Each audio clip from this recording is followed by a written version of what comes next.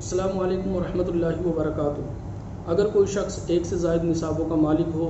تو اس کی طرف سے قربانی کا وجوب ادا ہونے کے لیے کیا صرف ایک ہی قربانی کرنا واجب ہوگا یا اسے اپنے نصاب کے اعتبار سے کئی قربانیاں دینی ہوں گی تب جا کے اس کا واجب ساقط ہوگا؟ اس کے بارے میں شرعی حکم کیا ہے، آئیے جان لیتے ہیں۔ تو دیکھیے، اس کے بارے میں شرعی حکم یہ ہے کہ اگر کوئی شخص ایک سے زائد نصابوں کا مالک ہے تو اگر وہ شخص اپنی طرف سے صرف ایک قربانی کرتا ہے تو اس کے ذمے سے واجب ادا ہونے کے لیے صرف وہی ایک قربانی کافی ہو جائے گی،